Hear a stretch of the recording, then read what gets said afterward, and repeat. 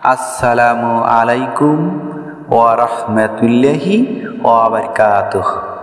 ইসলামের জীবনের দর্শক, আশা করি আপনারা সবাই আল্লাহর রহমতে ভালো আছেন। আলহামদুলিল্লাহ, আমি আজ নতুন আরেকটি কার্যকর আমল নিয়ে হাজির হয়েছি। আজকের আমলের ভিডিওতে আমি আলোচনা করব ফজর নামাজের পর যে দরুদ শরীফটি ও যে একটি দোয়া নিয়মিত কিছুদিন পড়লে অর্থাৎ আমল করলে শ্রেষ্ঠ ধনী হবে, অর্থাৎ মহান আল্লাহ আমলকারীকে গায়েবী ধন সম্পদ দান করে শ্রেষ্ঠ ধনী বানাবেন এবং আমলকারীকে সর্বপ্রকার গুনাহ অর্থাৎ পাপ থেকে মাফ করে দিবেন ইনশাআল্লাহ। ভাই ও বোনেরা, অনুরোধ করব এই গুরুত্বপূর্ণ ভিডিওটা সম্পূর্ণ দেখার জন্য। এই মুহূর্তে যে সম্মানিত ভাই ও বোনেরা আমলের ভিডিওটা দেখছেন, একটা লাইক ও চ্যানেলটি সাবস্ক্রাইব করে বেল বাটন অন করবেন। তো চলুন সম্পূর্ণ ভিডিওটা দেখি। প্রতিদিন 5 ওয়াক্ত নামাজ আদায় করা প্রত্যেক নর নারীর জন্য কম্পালসারি বা আবশ্যক। দিনী ভাই ও বোনেরা, 5 ওয়াক্তের নামাজেরই আল্লাহ তাআলা বিশেষ কিছু ফজিলত দিয়েছেন। এর মধ্যে ফজরের নামাজ অন্যতম। সর্বশক্তিমান আল্লাহ পবিত্র কোরআনে সূরা ফজর নামে একটি সূরা নাজিল করেছেন। ফজর সূরার শুরুতে মহান আল্লাহ কসম করে বলেন, শপথ ফজরের। সূরা ফজর আয়াত নং 1। ভাই ও বোনেরা, এছাড়া সহিহ মুসলিম শরীফের হাদিসে ফজর নামাজের বিশেষ তাগিদ রয়েছে। জুনদুব ইবনে আব্দুল্লাহ রাদিয়াল্লাহু আনহু থেকে বর্ণিত, রাসূল সাল্লাল্লাহু আলাইহি সাল্লাম বলেছেন, যে ব্যক্তি ফজরের নামাজ পড়বে সে ব্যক্তি আল্লাহর জিম্মায় থাকবে। সহিহ মুসলিম শরীফের হাদিস নং 657। অন্য একটি হাদিসে এসেছে, ফজরের নামাজ আদায়কারীকে জান্নাতে মানুষ হিসাবে আখ্যায়িত করা হয়েছে। হাদিসটি মন দিয়ে শুনুন।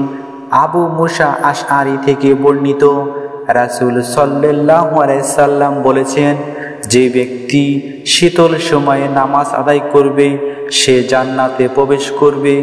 সহিহ বুখারী ও সহিহ মুসলিম শরীফের হাদিস। আমরা বুঝতে পারলাম ফজর নামাজের গুরুত্ব।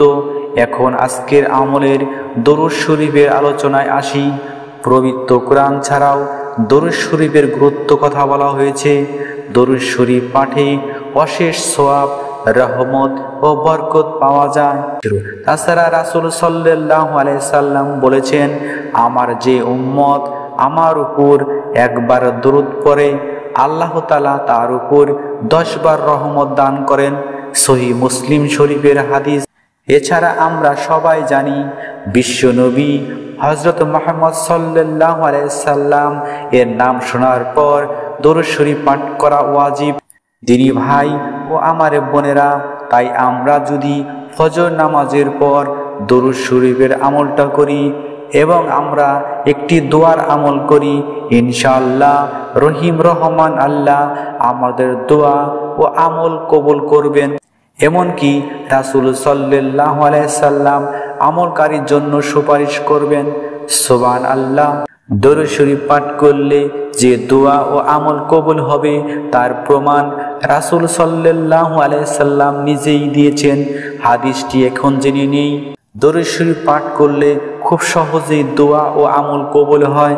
হযরত ওমর বিন খাত্তাব রাদিয়াল্লাহু আনহু বলেন, রাসূল সাল্লাল্লাহু আলাইহি সাল্লাম বলেছেন, নিশ্চয়ই বান্দার দোয়া ও আমল এবং মুনাজাত আসমান ও জমিনের মাঝখানে ঝোলানো অবস্থায় থাকে। তার কোনো কিছুই আল্লাহর কাছে পৌঁছায় না ও কবুলও হয় না যতক্ষণ না বান্দা রাসূল সাল্লাল্লাহু আলাইহি সাল্লামের উপর দরুদ পাঠ করে। তিরমিজি শরীফের হাদিস। তাই আমাদের উচিত প্রত্যেক আমলের শেষে এবং সময় পেলে বেশি বেশি দরুদ শরীফ পাঠ বা তেলাওয়াত করা। শুধু তাই নয়, দরুদ শরীফ পাঠকারীর 10টি মর্যাদা বৃদ্ধি পায়, 10টি নেকি হাসিল হয়, এমনকি 10টি গুনাহ মুছে যায়। সুবহানাল্লাহ, সুবহানাল্লাহ। এখন আমলের নিয়ম বিস্তারিত জেনে নিন। ফজর নামাজের পর আপনারা জায়নামাজে বসে সর্বপ্রথম আস্তাগফিরুল্লাহ আস্তাগফিরুল্লাহ আস্তাগফিরুল্লাহ এভাবে মাত্র 7 বার পাঠ করবেন। তারপর কোরআনের এই দোয়াটি, রব্বানা আতমিম লানা নূরানা ওয়াগফির লানা ইন্নাকা আলা কুল্লি শাইইন কদির, অর্থ, হে আমাদের রব, আমাদের জন্য আমাদের আলো পূর্ণ করে দিন এবং আমাদেরকে ক্ষমা করুন, নিশ্চয় আপনি সর্ববিষয়ে সর্বক্ষমতাবান। সূরা আত-তাহরিম আয়াত নং 8। এই দোয়াটি আপনারা 21 বার তেলাওয়াত করবেন। ভাই ও বোনেরা, আপনারা হয়তো জানেন তওবা ইস্তেগফার করলে গুনাহ মাফের পাশাপাশি রিজিকও বৃদ্ধি পায়। সূরা নূহে আল্লাহ তাআলা নিজেই বলেছেন। 10, 11 ও 12 নং আয়াতটি তরজমা করে পড়লে আপনারা জানতে পারবেন। সর্বশেষ রাসূল সাল্লাল্লাহু আলাইহি সাল্লামের উপর এই দরুদ শরীফটি, আল্লাহুম্মা সাল্লি আলা মুহাম্মাদিন আবদিকা ওয়া রাসূলিক ওয়া সাল্লি আলাল মুমিনিনা ওয়াল মুমিনাত ওয়াল মুসলিমিনা ওয়াল মুসলিমাত, এই দরুদ শরীফটি আপনারা মাত্র 7 বার তেলাওয়াত অথবা পাঠ করবেন। এরপর আপনারা চোখ বন্ধ করে 2 হাত তুলে বিশ্ব জগতের মালিক মহান আল্লাহর কাছে আর্থিক অবস্থার পরিবর্তন ও গুনাহ মাফের জন্য ফরিয়াদ করবেন। মহান আল্লাহ সবার দোয়া ও আমল কবুল করুন। আমিন সুম্মা আমিন। আসসালামু আলাইকুম ওয়া রাহমাতুল্লাহি ওয়া বারাকাতুহু।